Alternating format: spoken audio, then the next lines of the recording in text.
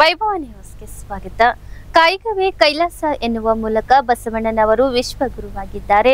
ಬಸವಣ್ಣನವರನ್ನು ಸಾಂಸ್ಕೃತಿಕ ನಾಯಕ ಎಂದು ಸರ್ಕಾರ ಘೋಷಣೆ ಮಾಡಿರುವುದು ಶ್ಲಾಘನೀಯವಾಗಿದೆ ಎಂದು ಕೆಒಎಫ್ನ ರಾಜ್ಯಾಧ್ಯಕ್ಷ ವೆಂಕಟರಾವ್ ನಾಡಗೌಡ ಅಭಿಪ್ರಾಯಪಟ್ಟರು. ಅವರು ನಗರದ ತಹಸೀಲ್ದಾರ್ ಕಚೇರಿಯ ಸಭಾಂಗಣದಲ್ಲಿ ತಾಲೂಕಾಡಳಿತದಿಂದ ಹಮ್ಮಿಕೊಂಡಿದ್ದ ಬಸವಣ್ಣನವರ ಭಾವಚಿತ್ರ ಅನಾವರಣ ಕಾರ್ಯಕ್ರಮದಲ್ಲಿ ಮಾತನಾಡಿದರು. ವಿಶ್ವಗುರು ಬಸವಣ್ಣನವರನ್ನು ರಾಜ್ಯ ಸರ್ಕಾರ ಸಾಂಸ್ಕೃತಿಕ ನಾಯಕ ಎಂದು ಘೋಷಣೆ ಮಾಡಿ ಸರ್ಕಾರಿ ಕಾರ್ಯಾಲಯದಲ್ಲಿ ಅವರ ಭಾವಚಿತ್ರವನ್ನು ಹಾಕುವ ಆದೇಶ ಮಾಡಿದ್ದು ಅಭಿನಂದನಾರ್ಹವಾಗಿದೆ. ಬಸವಣ್ಣನವರು ಸಮಾಜದಲ್ಲಿನ ಮೌಢ್ಯತೆಗಳನ್ನು ಹೋಗಲಾಡಿಸಲು ಪ್ರಯತ್ನಿಸಿ ಜಾತಿ ರಹಿತ ಸಮಾಜ ನಿರ್ಮಾಣ ಮಾಡಲು ಹೋರಾಟ ಮಾಡಿದ್ದರು. ವಿಶೇಷವಾಗಿ ಮಹಿಳೆಯರಿಗೆ ಸಮಾಜದಲ್ಲಿ ಪ್ರಾಮುಖ್ಯತೆ ಕೊಡಿಸಲು ಪ್ರಾಮಾಣಿಕತೆ ಮೆರೆದಿದ್ದರು. ಕಾಯಕವೇ ಕೈಲಾಸ ಎನ್ನುವ ಮೂಲಕ ಬಸವಣ್ಣನವರು ವಿಶ್ವಗುರುವಾಗಿದ್ದಾರೆ. ಬಸವಣ್ಣನವರಿಗೆ ದೇಶದಲ್ಲಿ ವಿಶೇಷವಾಗಿ ಗುರುತಿಸಿದ್ದಾರೆ. ಬಸವಣ್ಣನವರನ್ನು ಸಾಂಸ್ಕೃತಿಕ ನಾಯಕ ಎಂದು ಘೋಷಣೆ ಮಾಡಿರುವ ಸರ್ಕಾರದ ಕಾರ್ಯವನ್ನು ಶ್ಲಾಘಿಸಿದರು. ಈ ಸಂದರ್ಭದಲ್ಲಿ ಪಿಕಾರ್ಡ್ ಬ್ಯಾಂಕ್ ಅಧ್ಯಕ್ಷ ಎಂ ದೊಡ್ಡಬಸವರಾಜ್, ತಹಸೀಲ್ದಾರ್ ಅರುಣ್ ಎಚ್ ದೇಸಾಯಿ, ನಗರಸಭೆ ಪೌರಾಯುಕ್ತ ಮಂಜುನಾಥ್ ಕುಂಡೂರು, ಸರ್ಕಾರಿ ನೌಕರರ ಸಂಘದ ಅಧ್ಯಕ್ಷ ಚಂದ್ರಶೇಖರ್ ಹಿರೇಮಠ್, ಮುಖಂಡರಾದ ರಾಜುಗೌಡ ಬಾದರ್ಲಿ, ಕಾಜಿ ಮಲ್ಲಿಕ್ ವಕೀಲ್, ಕೆ ಶರಣಪ್ಪ ತೆಂಗಿನಕಾಯಿ, ಮರಿಯಪ್ಪ, ಕರೇಗೌಡ ಕುರ್ಕುಂದಿ, ನಿರುಪಾದಪ್ಪ ಗುಡಿಹಾಳ್ ವಕೀಲ್, ಕನ್ನಡ ಸಾಹಿತ್ಯ ಪರಿಷತ್ ಅಧ್ಯಕ್ಷ ಪಂಪಯ್ಯ ಸ್ವಾಮಿ ಸಾಲಿಮಠ್, ಬಸವ ಕೇಂದ್ರದ ಮಹಿಳಾ ಘಟಕದ ತಾಲೂಕಾಧ್ಯಕ್ಷೆ ಸುಮಂಗಲ, ಸೈಯದ್ ಆಸಿಫ್ ಸೇರಿದಂತೆ ಅನೇಕರಿದ್ದರು.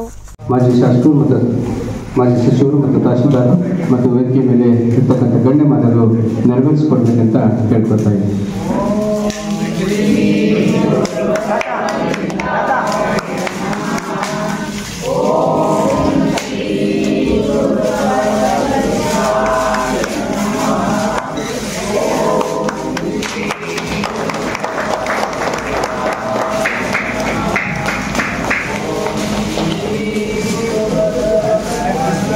ಬಸವಣ್ಣ ಈಗಾಗಲೇ ಸವಿಸ್ತರವಾಗಿ ಅರುಣ್ ದೇಸಾಯಿ ಅವರು ಮಾತನಾಡಿದ್ದಾರೆ. ಬಸವಣ್ಣ ಇನ್ನೂ ಜಗತ್ತಿನಲ್ಲಿ ಮೌಢ್ಯಗಳು ರಾಜರ ಆಳ್ವಿಕೆಗಳಲ್ಲಿದ್ದಾಗ ಕೂಡ ಜಾತಿ ರಹಿತ ಸಮಾಜವನ್ನು ನಿರ್ಮಾಣ ಮಾಡಬೇಕು ಅನ್ನುವ ಹೋರಾಟ, ಅವರ ಅನುಭವ ಮಂಟಪದ ಮಹಿಳೆಯರಿಗೂ ಕೂಡ ಅದರಲ್ಲಿ ಪ್ರಾಮುಖ್ಯತೆಯನ್ನು ಕೊಟ್ಟು, ಆವತ್ತು ನನಗನ್ನಿಸ್ತದೆ ಈಗೂ ಕೂಡ ನಾವು ಮಹಿಳೆಯರು ಹೊರಗೆ ಬರಬೇಕು, ಮೀಸಲಾತಿ ಕೊಡಬೇಕು ಅಂತಕ್ಕಂಥ ಮಾತುಗಳನ್ನು ಆಡ್ತಾ ಇದ್ದೀವಿ. ಆವತ್ತು ಬಸವಣ್ಣ ಯಾವ ಮೀಸಲಾತಿ ಇಲ್ಲದ ಕಾಲದಲ್ಲಿ ಅವರಿಗೆ ಪ್ರಾಮುಖ್ಯತೆಯನ್ನು ಕೊಟ್ಟು ಸಮಾನತೆಯ ಸಮಾಜವನ್ನು ಕಟ್ಟುವ ಕಲ್ಪನೆಯನ್ನು ನಮಗೆ ಕೊಟ್ಟಿದ್ದಾರೆ. ಬಸವಣ್ಣನವರ ಬಹುದೊಡ್ಡ ಕೊಡುಗೆ ನಾಡಿಗೆ ಅಂದರೆ ಕಾಯಕ. ಕಾಯಕವೇ ಕೈಲಾಸ ಅಂತ ಹೇಳ್ತಕ್ಕಂಥ ಕೊಡುಗೆಯಿಂದ ಅವರು ವಿಶ್ವಗುರು ಆದರು. ನಾವು ಕಾಯಕವೇ ಕೈಲಾಸ ಅಂತ ಹೇಳಿದ್ರೆ ಪರಕೀಯರು ವರ್ಕ್ ಈಸ್ ವರ್ಷಿಪ್ ಅಂತ ಹೇಳ್ತಾರೆ. ಅದೇನೇ ಬಸವಣ್ಣನವರು ಹೇಳಿದ ಪದವನ್ನೇ ಪರಕೀಯರು ಕೂಡ ಬಳಸುವ ಮೂಲಕ ವಿಶ್ವಗುರುವಾಗಿ ನಮ್ಮ ಮುಂದೆ ಬಸವಣ್ಣನವರಿದ್ದಾರೆ. ಇವತ್ತು ಅವರಿಗೆ ಸಾಂಸ್ಕೃತಿಕ ನಾಯಕನನ್ನಾಗಿ ಮಾಡಿ ಸರ್ಕಾರವನ್ನು ನಾನು ತುಂಬ ಹೃದಯದಿಂದ ಅಭಿನಂದಿಸ್ತೇನೆ. ಬಹಳ ಉತ್ತಮವಾದ ಕೆಲಸವನ್ನು ಸರ್ಕಾರ ಮಾಡಿದೆ. ಬೇರೆ ಬೇರೆ ರಾಜ್ಯಗಳಲ್ಲಿ ಅವರ ಸಾಂಸ್ಕೃತಿಕ ನಾಯಕನನ್ನು ಮಾಡಿರ್ತಾರೆ. ಆ ಉದಾಹರಣೆಯಿಂದ ಇವತ್ತು ಕರ್ನಾಟಕದಲ್ಲಿ ವಿಶ್ವಗುರುವನ್ನೇ ನಾವು ಸಾಂಸ್ಕೃತಿಕ ನಾಯಕವನ್ನು ಪಡೆದ ಕರ್ನಾಟಕ ಶ್ರೇಷ್ಠ ಅಂತಕ್ಕಂಥ ಮಾತು. ತಾಲೂಕಿನ ವಳಬಳ್ಳಾರಿ ಸುವರ್ಣಗಿರಿ ವಿರಕ್ತ ಮಠದ ಲಿಂಗೈಕ್ಯ ಚೆನ್ನಬಸವ ಶಿವಯೋಗಿಗಳವರ 41ನೇ ಜಾತ್ರಾ ಮಹೋತ್ಸವದ ಅಂಗವಾಗಿ ಭಕ್ತ ಸಾಗರದ ನಡುವೆ ಜನಸಾಗರದ ಮಧ್ಯೆ ಅದ್ದೂರಿಯಾಗಿ ರಥೋತ್ಸವ ನಡೆಯಿತು. ಬೆಳಿಗ್ಗೆ ಲಿಂಗೈಕ್ಯ ಚೆನ್ನಬಸವ ಶಿವಯೋಗಿಯ ಕರ್ತುಗದ್ದಿಗೆ ರುದ್ರಾಭಿಷೇಕ, ಸಹಸ್ರ ಬಿಲ್ವಾರ್ಚನೆ, ವಿಶೇಷ ಪೂಜಾ ಕೈಂಕರ್ಯಗಳು ನೆರವೇರಿದವು. ಬೆಳಿಗ್ಗೆ ಸ್ವರ ಪ್ರವಚನ ಸೇರಿದಂತೆ ಅನೇಕ ಕಾರ್ಯಕ್ರಮಗಳು ನಡೆದವು. ಕಲ್ಯಾಣ ಕರ್ನಾಟಕ ಭಾಗದ ನಾನಾ ಕಡೆಯಿಂದ ಭಕ್ತರು ಜಾತ್ರೆಗೆ ಆಗಮಿಸಿದ್ದರು.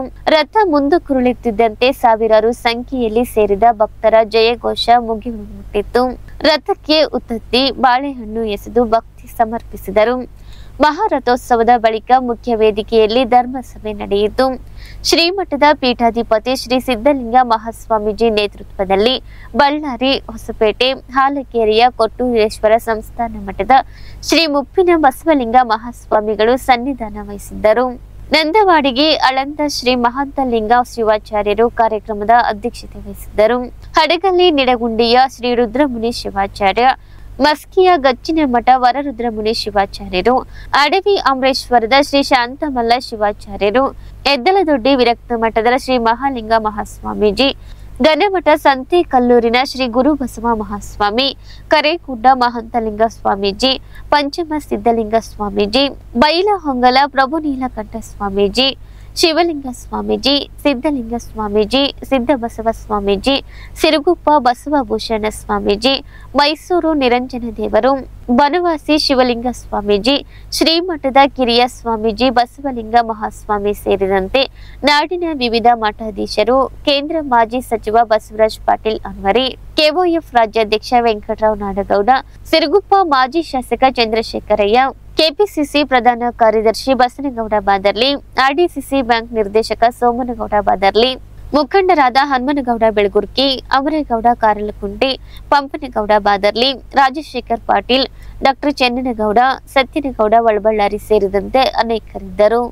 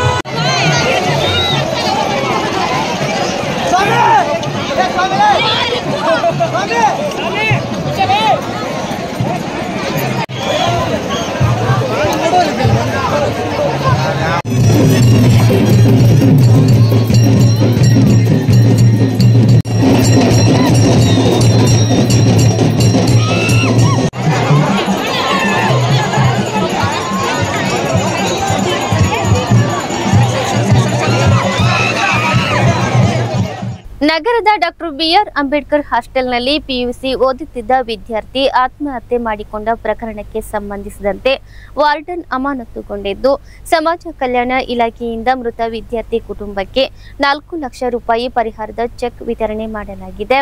ನಗರದ ಡಾಕ್ಟರ್ ಬಿಆರ್ ಅಂಬೇಡ್ಕರ್ ಹಾಸ್ಟೆಲ್ನಲ್ಲಿ ಪಿಯುಸಿ ಓದುತ್ತಿದ್ದ ವಿದ್ಯಾರ್ಥಿ ಆತ್ಮಹತ್ಯೆ ಮಾಡಿಕೊಂಡಿರುವ ಹಿನ್ನೆಲೆಯಲ್ಲಿ ಕಿರುಕುಳ ನೀಡಿದ ತಪ್ಪಿತಸ್ಥರ ವಿರುದ್ಧ ಕ್ರಮಕ್ಕೆ ಆಗ್ರಹಿಸಿ ಸರ್ಕಾರಿ ಆಸ್ಪತ್ರೆ ಎದುರು ಶವ ಇಟ್ಟು ಪ್ರತಿಭಟಿಸಲಾಯಿತು. ಇಲ್ಲಿನ ಹಾಸ್ಟೆಲ್ನಲ್ಲಿ ಪ್ರವೇಶ ಪಡೆದಿದ್ದ ವಿದ್ಯಾರ್ಥಿ ಹುಸೇನಪ್ಪ 17 ಹಾಸ್ಟೆಲ್ ಬಾತ್ರೂಮ್ನಲ್ಲಿ ನೇಣು ಹಾಕಿಕೊಂಡು ಆತ್ಮಹತ್ಯೆ ಮಾಡಿಕೊಂಡಿದ್ದು ಬೆಳಕಿಗೆ ಬಂದ ಹಿನ್ನೆಲೆಯಲ್ಲಿ ಪ್ರತಿಭಟನೆ ನಡೆಯಿತು. ವಿದ್ಯಾರ್ಥಿ ಆತ್ಮಹತ್ಯೆ ಮಾಡಿಕೊಂಡು 2 ದಿನ ಕಳೆದರೂ ಹಾಸ್ಟೆಲ್ ಸಿಬ್ಬಂದಿ ಈ ಬಗ್ಗೆ ಕಾಳಜಿ ವಹಿಸಿಲ್ಲ. ಅಲ್ಲದೆ ಆತ ಊಟಕ್ಕೆ ಬಾರದಿರುವ ಮಾಹಿತಿಯನ್ನು ಪರಿಶೀಲಿಸಿಲ್ಲ. ಇದಕ್ಕೂ ಮೊದಲು ಹಾಸ್ಟೆಲ್ ವಾರ್ಡನ್ ಬೈದು ಮಾನಸಿಕ ದೈಹಿಕ ಹಿಂಸೆ ಕೊಟ್ಟಿದ್ದರಿಂದ ವಿದ್ಯಾರ್ಥಿ ಆತ್ಮಹತ್ಯೆ ಮಾಡಿಕೊಂಡಿದ್ದಾನೆ. ಆತನ ಕುಟುಂಬಕ್ಕೆ ನ್ಯಾಯ ಕಲ್ಪಿಸಬೇಕು. ಕುಟುಂಬದ ಒಬ್ಬರಿಗೆ ಸರ್ಕಾರಿ ನೌಕರಿ ಕಲ್ಪಿಸಬೇಕು. ಪಿಂಚಣಿ ಸೌಲಭ್ಯ ನೀಡಬೇಕು. ಮೃತನ ಕುಟುಂಬಕ್ಕೆ 40 ಲಕ್ಷ ಪರಿಹಾರ ನೀಡಬೇಕು. ಆತ್ಮಹತ್ಯೆಗೆ ಕಾರಣರಾದ ತಪ್ಪಿತಸ್ಥರ ವಿರುದ್ಧ ಕ್ರಮ ಕೈಗೊಳ್ಳಬೇಕೆಂದು ಒತ್ತಾಯಿಸಿದರು. ಸಮಾಜ ಕಲ್ಯಾಣ ಇಲಾಖೆ ಉಪನಿರ್ದೇಶಕ ಮಹೇಶ್ ಪೋತೆದಾರ್, ತಹಸೀಲ್ದಾರ್ ಅರುಣ್ ಕುಮಾರ್ ದೇಸಾಯಿ, ತಾಲೂಕಾ ಪಂಚಾಯತ್ ಇಒ ಚಂದ್ರಶೇಖರ್, ಡಿವೈಎಸ್ಪಿ ಬಾಳಪ್ಪ ತಳವರ್ ಪ್ರತಿಭಟನಾ ನಿರತರ ಜೊತೆಗೆ ಮಾತುಕತೆ ನಡೆಸಿ ಮೃತನ ಮರಣೋತ್ತರ ಪರೀಕ್ಷೆಗೆ ಅವಕಾಶ ಕಲ್ಪಿಸಲು ಮನವಿ ಮಾಡಿಕೊಂಡರು. ಚಲುವಾದಿ ಸಮಾಜದ ತಾಲೂಕಾಧ್ಯಕ್ಷ ರಾಮಣ್ಣ ಗೌನ್ವರ್, ನರಸಪ್ಪ ಕಟ್ಟಿಮನಿ, ಅಯ್ಯಪ್ಪ ವಕೀಲ್, ನಿರುಪಾದಿ ಸಾಸಲ್ಮರಿ ಸೇರಿದಂತೆ ಅನೇಕರು ಪ್ರತಿಭಟನೆ ನೇತೃತ್ವ ವಹಿಸಿದ್ದರು. ಸಮಾಜ ಕಲ್ಯಾಣ ಇಲಾಖೆ ಆಯುಕ್ತರನ್ನು ಸಂಪರ್ಕಿಸಿ ಅವರೊಂದಿಗೆ ಇಲಾಖೆಯ ಉಪನಿರ್ದೇಶಕರೊಂದಿಗೂ ಮಾತನಾಡಿಸಲಾಯಿತು. ನಗರದ ಡಾಕ್ಟರ್ ಬಿಆರ್ ಅಂಬೇಡ್ಕರ್ ಹಾಸ್ಟೆಲ್ನಲ್ಲಿ ಜಾತಿ ನಿಂದನೆ ಕಿರುಕುಳಕ್ಕೆ ಒಳಗಾಗಿ ವಿದ್ಯಾರ್ಥಿ ಮೃತಪಟ್ಟ ಹಿನ್ನೆಲೆಯಲ್ಲಿ ವಾರ್ಡನ್ ರವಿಚಂದ್ರ, ತಾಲೂಕಾಧಿಕಾರಿ ವಿಜಯ ವಿರುದ್ಧ ನಗರ ಪೊಲೀಸ್ ಠಾಣೆಯಲ್ಲಿ ಪ್ರಕರಣ ದಾಖಲಿಸಲಾಗಿದೆ. ಇಲಾಖೆ ಆಯುಕ್ತರೊಂದಿಗೆ ಸಂಪರ್ಕಿಸಿ ಮಾತುಕತೆ ನಡೆಸಿದ ಬಳಿಕ ಜಿಲ್ಲಾಧಿಕಾರಿಗಳು ಸಸ್ಪೆಂಡ್ ಮಾಡಲು ಸೂಚನೆ ನೀಡಿದ ಹಿನ್ನೆಲೆಯಲ್ಲಿ ವಾರ್ಡನ್ ಅನ್ನು ಸೇವೆಯಿಂದ ಸಸ್ಪೆಂಡ್ ಮಾಡಲು ಆದೇಶಿಸಲಾಗಿದೆ. ಸಮಾಜ ಕಲ್ಯಾಣ ಇಲಾಖೆ ಅಧೀನದ ಹಾಸ್ಟೆಲ್ನಲ್ಲಿ ವಿದ್ಯಾರ್ಥಿ ಆತ್ಮಹತ್ಯೆ ಮಾಡಿಕೊಂಡಿರುವ ಹಿನ್ನೆಲೆಯಲ್ಲಿ ಕುಟುಂಬಕ್ಕೆ ಸಿಗಬೇಕಾದ ಸೌಲಭ್ಯ ಕಲ್ಪಿಸಲು ಅಧಿಕಾರಿಗಳೊಂದಿಗೆ ಮಾತುಕತೆ ನಡೆಸಿ ಕ್ರಮ ಕೈಗೊಳ್ಳಲಾಗುವುದು ಎಂದು ಸಮಾಜ ಕಲ್ಯಾಣ ಇಲಾಖೆಯ ಜಿಲ್ಲಾ ಉಪನಿರ್ದೇಶಕ ಮಹೇಶ್ ಪೋತೆದಾರ್ ಹೇಳಿದರು. ಇಲಾಖೆಯಲ್ಲಿ ಅವಕಾಶವಿರುವ ರೀತಿಯಲ್ಲಿ ಮೃತನ ಕುಟುಂಬಕ್ಕೆ 8.25 ಲಕ್ಷ ರೂಪಾಯಿಗಳು ಪರಿಹಾರ ಕಲ್ಪಿಸಲಾಗುವುದು. ಕುಟುಂಬದ ಒಬ್ಬರಿಗೆ ಪಿಂಚಣಿ, ಮತ್ತೊಬ್ಬರಿಗೆ ಸರ್ಕಾರಿ ನೌಕರಿ ಕಲ್ಪಿಸಲಾಗುವುದು. ಮೊದಲ ಹಂತದಲ್ಲಿ 4,12,500 ರೂಪಾಯಿ ಪರಿಹಾರದ ಚೆಕ್ ವಿತರಿಸಲಾಗಿದೆ. ಉಳಿದಂತೆ ಎಫ್ಐಆರ್ ಆದ ನಂತರ ವರದಿ ಆಧರಿಸಿ ಬಾಕಿ ಮೊತ್ತ ನೀಡಲಾಗುತ್ತದೆ. ಘಟನೆಗೆ ಸಂಬಂಧಿಸಿದ ಹಾಸ್ಟೆಲ್ ಸಿಬ್ಬಂದಿ, ಅಧಿಕಾರಿ ವಿರುದ್ಧವೂ ಕಾನೂನು ಕ್ರಮ ಕೈಗೊಳ್ಳಲು ಆಯುಕ್ತರ ಸೂಚನೆ ಮೇರೆಗೆ ಕ್ರಮ ಕೈಗೊಳ್ಳಲಾಗಿದೆ ಎಂದರು. ಈ ವೇಳೆ ತಹಸೀಲ್ದಾರ್ ಅರುಣ್ ಕುಮಾರ್ ದೇಸಾಯಿ, ಇಒ ಚಂದ್ರಶೇಖರ್ ಸೇರಿದಂತೆ ಅನೇಕರಿದ್ದರು.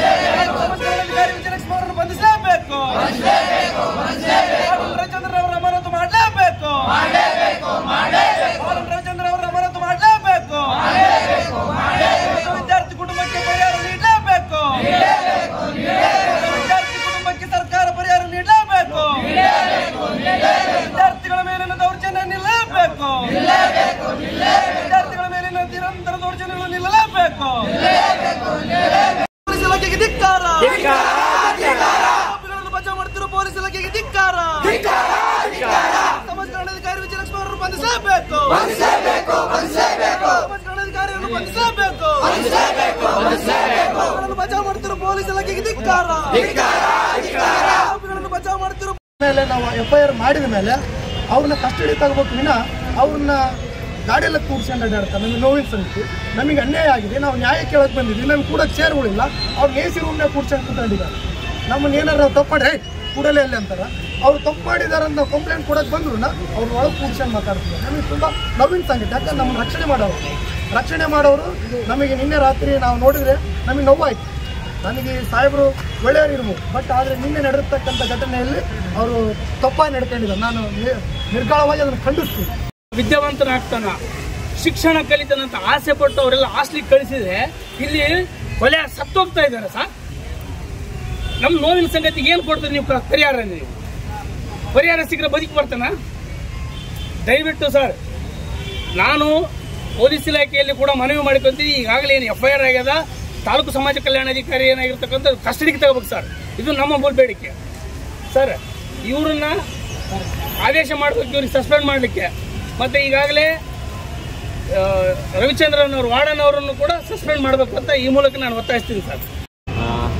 ನಮ್ಮ ಮೆಟ್ರಿಕ್ ಪದವಿ ಪೂರ್ವ ಬಾಲಕರ ವಸತಿ ನಿಲಯದ ವಿದ್ಯಾರ್ಥಿ ಕೃಷ್ಣಪ್ಪ ತಂದೆ ಕಾಶಿಮಪ್ಪ ಸಾಕಿನ ಗುಂಜೇಳಿ, ಈ ವಿದ್ಯಾರ್ಥಿ ನಿನ್ನೆ ನಮಗೆ ಆತ್ಮಹತ್ಯೆ ಮಾಡಿಕೊಂಡಿರ್ತಕ್ಕಂಥ ವಿಷಯ ಗೊತ್ತಾಯಿತು. ಮಾನ್ಯ ಚುನಾವಣಾ ಆಯೋಗದ ನಿರ್ದೇಶನದ ಮೇರೆಗೆ ನಾನು ನಿನ್ನೆ ಬೆಂಗಳೂರಲ್ಲಿ EVM ನೋಡಲ್ ಆಫೀಸರಾಗಿ ತರಬೇತಿ ಕೊಟ್ಟಿದ್ದೆ. ಸಾಯಂಕಾಲ ಗೊತ್ತಾದ ತಕ್ಷಣ ಇಮಿಡಿಯೇಟಾಗಿ ನಾನು ಅದನ್ನು ಹೊರಟು ಇವತ್ತು ಬೆಳಿಗ್ಗೆ ಮಾನ್ಯ ಜಿಲ್ಲಾಧಿಕಾರಿಗಳಿಗೆಲ್ಲ ಭೇಟಿ ನೀಡಿ ಅವ್ರ ಕಡೆಗೆ ಈ ರೀತಿ ನಮ್ಮ ವಿದ್ಯಾರ್ಥಿ ಆತ್ಮಹತ್ಯೆ ಮಾಡಿಕೊಂಡಿದ್ದಾನೆ ಸರ್. ಮತ್ತು ಈಗಾಗಲೇ ಪ್ರಕರಣ ದಾಖಲಾಗಿದೆ. ನಾವು ನೊಂದ ಕುಟುಂಬಕ್ಕೆ ಏನಾದರೂ ಪರಿಹಾರ ಕೊಡಲೇಬೇಕು ಸರ್ ಕಾನೂನು ಪ್ರಕಾರ ಅಂತೇಳಿ ರಿಕ್ವೆಸ್ಟ್ ಮಾಡಿಕೊಂಡು ಮಾನ್ಯ ಆಯುಕ್ತರ ಜೊತೆ ಮಾತಾಡಿ ಸಾಹೇಬ್ರ ಕಡೆಯಿಂದ 4,12,500 ರೂಪಾಯಿಗಳಿಗೆ, ಅಂದರೆ ಎಫ್ಐಆರ್ ಸ್ಟೇಜ್ನಲ್ಲಿ ಕೊಡಬೇಕಾಗಿರ್ತಕ್ಕಂಥ ಅನುದಾನ ಒಟ್ಟು 8,25,000 ರೂಪಾಯಿಗಳು ದೌರ್ಜನ್ಯ ಪ್ರಕರಣದಲ್ಲಿ ಈ ರೀತಿ ಪ್ರಕರಣ ಆದಾಗ ನಾವು ಕೊಡುವಂಥ ಒಂದು ಸರ್ಕಾರದ ನಿಯಮ ಇರೋದ್ರಿಂದ ಈಗ ಸದ್ಯಕ್ಕೆ 4,12,500 ರೂಪಾಯಿಗಳ ಚೆಕ್ಕನ್ನು ಸಾಹೇಬರಿಗೆ ಮಂಡಿಸಿ ಅವರು ಸೈನ್ ತೊಗೊಂಡು ಬರುವಾಗ ಅದನ್ನು ಚೆಕ್ ತೊಗೊಂಡು ಬಂದಿದ್ದೀವಿ. ಈಗ ಕೊನೆಯದಾಗಿ ಅವರ ನೊಂದ ಕುಟುಂಬದ ತಂದೆ ತಾಯಿಯಂದರಿಗೆ ಅದನ್ನು ನಾವು ಕೊಡ್ತೇವೆ. ಮಾನ್ಯ ತಹಸೀಲ್ದಾರ್ ಅವರ ಕಡೆಯಿಂದ ಜಿಲ್ಲಾಧಿಕಾರಿಗಳ ಪರವಾಗಿ ಅವರು ಕೊಡ್ತಾರೆ. ಸೊ ಇದು ಒಂದನೇ ಕೆಲಸ. ಇನ್ನು ಎರಡನೇದಾಗಿ ಈಗಾಗಲೇ ಮಾನ್ಯ ತಹಸೀಲ್ದಾರ್ ಅವರು ಹೇಳಿರುವಂತೆ ಹೋದ ಜೀವವನ್ನು ನಾವು ಯಾರಿಂದಲೂ ಕೊಡಲಿಕ್ಕೆ ಸಾಧ್ಯ ಇಲ್ಲ. ಬಟ್ ಆಗಿರ್ತಕ್ಕಂಥ ಒಂದು ನೋವನ್ನು ತೋರಿಸುವಂಥ ಶಕ್ತಿ ಆ ಭಗವಂತ ಕೊಡಲಿ. ಮತ್ತು ನಮ್ಮ ಇಲಾಖೆಯಿಂದ ನಾವು ಇನ್ನೂ ಏನು ಮಾಡಲಿಕ್ಕೆ ಅವ್ರಿಗೆ ಅವಕಾಶ ಇದೆ ಅಂದರೆ ಸರ್ ಹೇಳಿದ್ರು ಭೂ ಒಡೆತನ ಯೋಜನೆದಾಗ ಅಂತೇಳಿ. ಸೊ ಅದನ್ನು ನಾವು ಮಾಡಲಿಕ್ಕೆ ಅವಕಾಶ ಇದೆ. ಅದನ್ನು ಅಂಬೇಡ್ಕರ್ ಅಭಿವೃದ್ಧಿ ನಿಗಮದವರಿಗೆ ಹೇಳಿ ಛಲವಾದಿ ಸಮಾಜ ಇರೋದರಿಂದ ಅಲ್ಲಿಂದ ಅದನ್ನು ಅಪ್ಲಿಕೇಶನ್ಸ್ ಹಾಕಿ ಕೊಡುವಂಥ ವ್ಯವಸ್ಥೆ ಮಾಡ್ತೀವಿ. ಮುಂದಿನದಾಗಿ ಅವರಿಗೆ ಒಂದು ಉದ್ಯೋಗ ಕೊಡುವಂಥ ಒಂದು ವ್ಯವಸ್ಥೆ ಇದೆ. ಅದು ಸರ್ಕಾರದ ಹಂತದಲ್ಲಿನೇ ಇದೆ. ಯಾವುದು ಈ ರೀತಿ ದೌರ್ಜನ್ಯ ಪ್ರಕರಣದಲ್ಲಿ ನೊಂದ ಕುಟುಂಬಗಳಿಗೆ ಉದ್ಯೋಗ ಕೊಡಬೇಕಂತೇಳಿ ಸರ್ಕಾರದ ನೇಮ್ ಇರೋದ್ರಿಂದ ಅದನ್ನು ಕೂಡ ನಾವು ಫೈಲ್ ಪುಟಪ್ ಮಾಡಿ ಇದು ಎಲ್ಲ ಚಾರ್ಜ್ ಶೀಟ್ ಆದ ತಕ್ಷಣ ಅಂಬೇಡ್ಕರ್ ಶಾಲೆಯಲ್ಲಿ ಬಹಳ ಅತ್ಯಂತ ದುರದೃಷ್ಟಕರ. ಈ ಥರ ಆಗಬಾರ್ದಾಗಿತ್ತು. ಇದರ ಕಾರಣ ಏನು ಅಂತಕ್ಕಂಥದ್ದು ಮತ್ತು ಅದ್ರ ಹಿಂದೆ ಏನಾಗಿದೆ ಅಂತಕ್ಕಂಥ ಸತ್ಯಾಸತ್ಯತೆ ಕುರಿತು ಪೊಲೀಸ್ ಇಲಾಖೆಯವರು ಇನ್ವೆಸ್ಟಿಗೇಷನನ್ನು ಸ್ಟಾರ್ಟ್ ಮಾಡಿದ್ದಾರೆ ಅಂತ ಈಗಾಗಲೇ ನಮಗೆ ಡಿವೈಎಸ್ಪಿ ಅವರು ಹೇಳಿದ್ದಾರೆ. ಸೊ ತನಿಖೆಯ ನಂತರ ಯಾರೇ ಆಗಿರಲಿ ಮತ್ತು ಅವ್ರು ಯಾರು ಎಷ್ಟೇ ಪ್ರಭಾವೇ ಆಗಿರಲಿ, ಯಾರು ತಪ್ಪು ಮಾಡಿದ್ದಾರೆ ಕಾನೂನಡಿಯಲ್ಲಿ ಪ್ರತಿಯೊಬ್ಬರಿಗೂ ಸಹ ಶಿಕ್ಷೆಗೆ ಒಳಪಡಿಸ್ತಾರೆ. ಕಾನೂನು ತನ್ನ ಕ್ರಮವನ್ನು ತೆಗೆದುಕೊಳ್ಳುತ್ತೆ. ಈಗಾಗಲೇ ಹೋದ ಜೀವಕ್ಕೆ ನಾವು ಬೆಲೆ ಕಟ್ಟೋಕ್ಕಾಗಲ್ಲ. ಬಿಕಾಸ್ ನಾವು ಯಾರೂ ಅದನ್ನು ವಾಪಸ್ ಮರಳಿ ಕೊಡದೇ ಇರುವಂಥ ಸ್ಥಿತಿಯಲ್ಲಿದ್ದೀವಿ. ಬಟ್ ಆದರೆ ಈಗ ಇದಕ್ಕೆ ಕಾರಣ ಏನು, ಅದಕ್ಕೆ ಹಿಂದೆ ಯಾರಿದ್ದಾರೆ ಅಂತಕ್ಕಂಥದ್ದೆಲ್ಲವೂ ಡಿಟೇಲ್ಡ್ ಇನ್ವೆಸ್ಟಿಗೇಷನ್ ನಂತರ ಹೊರಬೀಳುತ್ತೆ. ಸೊ ಕಾನೂನಿನಲ್ಲಿ ಅವರಿಗೆ ಶಿಕ್ಷೆ ಆಗುತ್ತೆ. ಅದೇ ರೀತಿ ಮೃತರ ಕುಟುಂಬದವರಿಗೆ ಕಾನೂನಿನ ಅಡಿಯಲ್ಲಿ ಏನು ಅವಕಾಶ ಇದೆ, ಮಾನ್ಯ ಸೋಷಿಯಲ್ ವೆಲ್ಫೇರ್ ಸಮಾಜ ಕಲ್ಯಾಣ ಇಲಾಖೆಯ ಮಾನ್ಯ ಉಪನಿರ್ದೇಶಕರು ಸಹ ಬಂದಿದ್ದಾರೆ. ಅವರು ಸಹ ಮೃತರ ಕುಟುಂಬಕ್ಕೆ ಸಾಂತ್ವನದ ಜೊತೆಗೆ ಸಹಾಯಧನ ಏನು ಸರ್ಕಾರದಿಂದ ಕೊಡ್ತಾರೆ ಅದಾಗಿರ್ಬೋದು ಅಥವಾ ಒಂದು ಉದ್ಯೋಗ ಖಾತ್ರಿ ಆಗಿರ್ಬೋದು, ಅದರ ಕುರಿತಾಗಿ ಸಾಹೇಬರು ಮಾತಾಡ್ತಾರೆ. ಸೊ ಆದ್ದರಿಂದ ಯಾರು ತಪ್ಪಿದ್ದಾರೆ ಅದನ್ನು 100% ನಾವು ಶಿಕ್ಷಣ 3 ತಿಂಗಳಿಗೆ ಒಂದ್ಸಲ ಹೋಗ್ತೀವಿ. ಆ್ಯಂಡ್ ಜನಸ್ಪಂದನ ಟೈಮ್ದಲ್ಲೂ ಹೋಗಿದ್ದೀವಿ. ಜಿಲ್ಲಾಧಿಕಾರಿಗಳ ನಡೆ ಹಳ್ಳಿ ಕಡೆ ಟೈಮಲ್ಲೂ ಸಹ ನಾವು ಭೇಟಿ ಕೊಟ್ಟಿದ್ದೀವಿ. ನಾವು ಆಗಿರ್ಬೋದು, ಇಒ ಅವರಾಗಿರ್ಬೋದು, CPI ಅವರಾಗಿರ್ಬೋದು.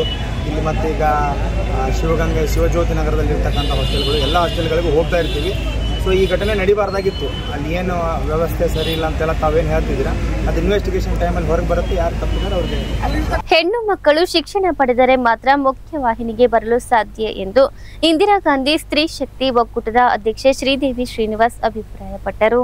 ಮಹಿಳಾ ಮತ್ತು ಮಕ್ಕಳ ಅಭಿವೃದ್ಧಿ ಇಲಾಖೆ, ಶಿಶು ಅಭಿವೃದ್ಧಿ ಯೋಜನೆ ಸಿಂಧನೂರು, ಆರೋಗ್ಯ ಇಲಾಖೆ, ಸಾರ್ವಜನಿಕ ಶಿಕ್ಷಣ ಇಲಾಖೆ ಮತ್ತು ಸಿಂಧನೂರು ತಾಲೂಕಾ ಇಂದಿರಾ ಗಾಂಧಿ ಸ್ತ್ರೀ ಶಕ್ತಿ ಒಕ್ಕೂಟಗಳ ಸಂಯುಕ್ತಾಶ್ರಯದಲ್ಲಿ 2023-24ನೇ ಸಾಲಿನ ಬೇಟಿ ಬಚಾವೋ ಬೇಟಿ ಪಢಾವೋ ಯೋಜನೆ ಅಡಿ ಮುಂಚೂಣಿ ಕಾರ್ಯಕರ್ತರಿಗೆ ಹೆಣ್ಣು ಮಗುವಿನ ರಕ್ಷಣೆ, ಹೆಣ್ಣು ಮಗು ಕಾಪಾಡುವ ಮತ್ತು ಶಿಕ್ಷಣ ಕೊಡುವ ಕುರಿತಾಗಿ ಕಾರ್ಯನಿರ್ವಹಿಸಬೇಕು ಎಂಬ ಬಗ್ಗೆ ಬಲವರ್ಧನೆ ಕಾರ್ಯಾಗಾರದಲ್ಲಿ ಅವರು ಮಾತನಾಡಿದರು.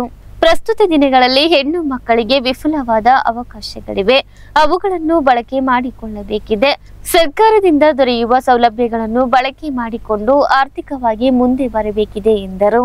ಕಾರ್ಯಕ್ರಮದ ಅಧ್ಯಕ್ಷತೆ ವಹಿಸಿದ್ದ ಶಿಶು ಅಭಿವೃದ್ಧಿ ಯೋಜನಾಧಿಕಾರಿ ಲಿಂಗನಗೌಡ ಮಾತನಾಡಿ, ಬೇಟಿ ಬಚಾವೋ ಬೇಟಿ ಪಢಾವೋ ಕಾರ್ಯಕ್ರಮದ ಉದ್ದೇಶಗಳು, ಗುರಿಗಳ ಬಗ್ಗೆ ಮಾಹಿತಿ ನೀಡಿದರು. ಹೆಣ್ಣು ಮಗುವಿನ ರಕ್ಷಣೆ ಹಾಗೂ ಶಿಕ್ಷಣ ನೀಡುವ ಜವಾಬ್ದಾರಿ ಸರ್ಕಾರದಾಗಿದ್ದು, ಅದರಲ್ಲಿ ಎಲ್ಲ ಇಲಾಖೆಗಳು ಸೂಕ್ತ ಜವಾಬ್ದಾರಿ ತೆಗೆದುಕೊಂಡು ಕರ್ತವ್ಯ ನಿರ್ವಹಿಸಿದಾಗ ಮಾತ್ರ ಹೆಣ್ಣು ಮಕ್ಕಳಿಗೆ ನ್ಯಾಯ ಒದಗಿಸಲು ಸಾಧ್ಯ ಎಂದರು. ತಾಲೂಕಾ ಆರೋಗ್ಯಾಧಿಕಾರಿ ಡಾಕ್ಟರ್ ಅಯ್ಯನಗೌಡ, ಕ್ಷೇತ್ರ ಆರೋಗ್ಯ ಶಿಕ್ಷಣಾಧಿಕಾರಿ ಗೀತಾ ಹಿರೇಮಠ್, ಮೇಲ್ವಿಚಾರಕಿಯರಾದ ವಿದ್ಯಾವತಿ, ಶ್ರೀದೇವಿ, ಸವಿತಾ, ವಿಜಯಲಕ್ಷ್ಮಿ, ಜಯಲಲಿತಾ, ಶ್ರುತಿ ಪಾಟೀಲ್, ಮಹಾಂತಮ್ಮ ಇದ್ದರು. ಪೋಷಣಾ ಅಭಿಯಾನ ಸಂಯೋಜಕ ಮುತ್ತಣ್ಣ ಸ್ವಾಗತಿಸಿದರು. ಮೇಲ್ವಿಚಾರಕಿ ಸವಿತಾ ಸಜ್ಜನ್ ಕಾರ್ಯಕ್ರಮವನ್ನು ನಿರೂಪಿಸಿದರು.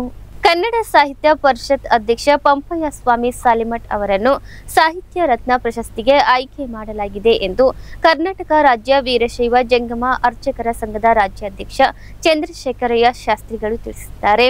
ಈ ಕುರಿತು ಹೇಳಿಕೆ ನೀಡಿರುವ ಅವರು, ಕರ್ನಾಟಕ ರಾಜ್ಯ ವೀರಶೈವ ಜಂಗಮ ಅರ್ಚಕರ ಸಂಘ, ಶ್ರೀ ಅಮರನಾಥ್ ಗುರುಕುಲ ಬೆಳಗಾವಿ ಹಾಗೂ ಕೊಪ್ಪಳ ಜಿಲ್ಲಾ ವೀರಶೈವ ಜಂಗಮ ಅರ್ಚಕ ಪುರೋಹಿತರ ಸಂಘ ಕೊಪ್ಪಳ ಇವರ ಸಹಯೋಗದಲ್ಲಿ ಪ್ರಥಮ ಬಾರಿಗೆ ರಾಜ್ಯ ಮಟ್ಟದ ಗುರು ಸಭಾರಿ ಪಟ್ಟಾಧಿಕಾರ ಹಾಗೂ ನಿರಂಜನ ಜಂಗಮ ಸೇವಾ ದೀಕ್ಷೆ ಶಾಂಭವಿ ದೀಕ್ಷೆ ಪಟ್ಟಾಧಿಕಾರ ಪ್ರಾಯೋಗಿಕ ಕಾರ್ಯಾಗಾರವನ್ನು ಫೆಬ್ರವರಿ 19ರಂದು ಮತ್ತು 20ರಂದು 2 ದಿನಗಳ ಕಾಲ ಕೊಪ್ಪಳದಲ್ಲಿ ನಡೆಯಲಿದ್ದು, ಕಾರ್ಯಕ್ರಮದಲ್ಲಿ ಸಿಂಧನೂರು ತಾಲೂಕಾ ಕನ್ನಡ ಸಾಹಿತ್ಯ ಪರಿಷತ್ನ ಅಧ್ಯಕ್ಷ ಪಂಪಯ್ಯ ಸ್ವಾಮಿ ಸಾಲಿಮಠ್ ಅಂತರಗಂಗಿ ಅವರಿಗೆ ಸಾಹಿತ್ಯ ರತ್ನ ಪ್ರಶಸ್ತಿ ನೀಡಿ ಗೌರವಿಸಲಾಗುವುದು ಎಂದು ತಿಳಿಸಿದ್ದಾರೆ. ನಗರ ಪ್ರದೇಶದ ವಿದ್ಯಾರ್ಥಿಗಳಿಗೆ ಗ್ರಾಮೀಣ ಸೊಗಡು ಪರಿಚಯಿಸುವ ಮೂಲಕ ನಮ್ಮ ಸಂಸ್ಕೃತಿ ಉಳಿಸುವ ಪ್ರಯತ್ನ ಮಾಡಿರುವುದು ಶ್ಲಾಘನೀಯ ಎಂದು ಕಲಬುರಗಿಯ ಸರ್ವಜ್ಞ ಇನ್ಸ್ಟಿಟ್ಯೂಟ್ ಮತ್ತು ಜಸ್ಟಿಸ್ ಶಿವರಾಜ್ ಪಾಟೀಲ್ ಕಾಲೇಜಿನ ಮುಖ್ಯಸ್ಥ ಚೆನ್ನರೆಡ್ಡಿ ಪಾಟೀಲ್ ಹೇಳಿದರು. ನಗರದ ಅಂಬಾದೇವಿ ಶಾಲೆಯಲ್ಲಿ ವಾರ್ಷಿಕೋತ್ಸವದ ಅಂಗವಾಗಿ ಹಮ್ಮಿಕೊಂಡಿದ್ದ ಹಳ್ಳಿ ಸೊಗಡು ಮತ್ತು ವಿಜ್ಞಾನ ವಸ್ತು ಪ್ರದರ್ಶನ ಉದ್ಘಾಟಿಸಿ ಅವರು ಮಾತನಾಡಿದರು. ಕೃಷಿ ಆಧಾರಿತ ನಮ್ಮ ಹಳ್ಳಿ ಜೀವನ ಭಾರತೀಯ ಪರಂಪರೆಯ ಸಂಕೇತವಾಗಿದೆ. ಇತ್ತೀಚೆಗೆ ಯುವ ಸಮೂಹ ಪಾಶ್ಚಿಮಾತ್ಯ ಸಂಸ್ಕೃತಿಗೆ ಮಾರು ಹೋಗುತ್ತಿರುವುದು ವಿಷಾದನೀಯ. ಗ್ರಾಮೀಣ ಸಂಸ್ಕೃತಿ ಬಿಂಬಿಸುವ ಕೃಷಿ, ಕರಕುಶಲ ಕಲೆ, ವ್ಯಾಪಾರ ಹಾಗೂ ಇನ್ನಿತರ ಅಂಶಗಳು ವಿದ್ಯಾರ್ಥಿಗಳಿಗೆ ಪರಿಚಯಿಸುವ, ಅದರ ಮಹತ್ವ ತಿಳಿಸುವ ಕೆಲಸವಾಗಲಿ ಎಂದರು. ಅಂಬಾದೇವಿ ವಿದ್ಯಾವರ್ತಕ ಸಂಘದ ನಿರ್ದೇಶಕರಾದ ಅಮರೇಗೌಡ ವೀರ್ಪಾಪುರ್, ವೆಂಕಟೇಶ್ ಉದ್ದಳ್, ಆಡಳಿತಾಧಿಕಾರಿ ನಿವೃತ್ತ ಉಪನ್ಯಾಸಕಿ ಮಧುಮತಿ ದೇಶಪಾಂಡೆ, ಪ್ರೌಢಶಾಲಾ ಮುಖ್ಯಗುರು ಹನ್ಮೇಶ್, ಪ್ರಾಥಮಿಕ ಶಾಲಾ ಮುಖ್ಯಗುರು ಬಸವರಾಜ್ ನಾಯಕ್ ಸೇರಿದಂತೆ ಅನೇಕರು ಭಾಗವಹಿಸಿದ್ದರು. ಶಾಲೆಯಲ್ಲಿ ಹಮ್ಮಿಕೊಂಡಿದ್ದ ಹಳ್ಳಿ ಸೊಗಡು ಹಾಗೂ ವಿಜ್ಞಾನ ವಸ್ತು ಪ್ರದರ್ಶನ ಗಮನ ಸೆಳೆಯಿತು. ಹಳ್ಳಿ ಸೊಗಡು ಕಾರ್ಯಕ್ರಮದಲ್ಲಿ ವಿದ್ಯಾರ್ಥಿಗಳು ಗ್ರಾಮೀಣ ಸಂಸ್ಕೃತಿ ಬಿಂಬಿಸುವ ಹಲವಾರು ಕಾಯಕ ಕಲೆಗಳಲ್ಲಿ ತೊಡಗಿದ್ದು ಆಕರ್ಷಕವಾಗಿತ್ತು. ಅಲ್ಲದೆ ಶ್ರೀರಾಮ ದೇವಸ್ಥಾನ ನಿರ್ಮಿಸಿ 3ನೇ ತರಗತಿಯ ತೇಜಸ್ ಅವರು ಶ್ರೀರಾಮರಾಗಿ ನಿಂತಿದ್ದು ಅತ್ಯಾಕರ್ಷಕವಾಗಿತ್ತು. ಪ್ರೌಢಶಾಲಾ ವಿದ್ಯಾರ್ಥಿಗಳು ವಿಜ್ಞಾನದ ವಿವಿಧ ವಸ್ತು ಪ್ರದರ್ಶನದಲ್ಲಿ ಗಮನ ಸೆಳೆದರು. ಪಾಲಕರು ವಿದ್ಯಾರ್ಥಿಗಳ ಪ್ರತಿಭೆ ಕಂಡು ಪುಳಕಿತಗೊಂಡರು.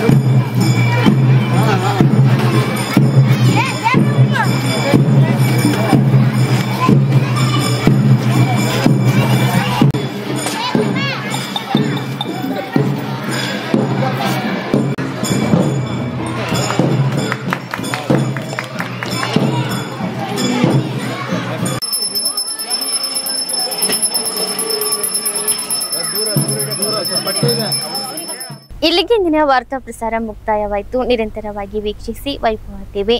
ವಂದನೆಗಳೊಂದಿಗೆ ದೇವಿಕಾ ಚನ್ನಬಸವ.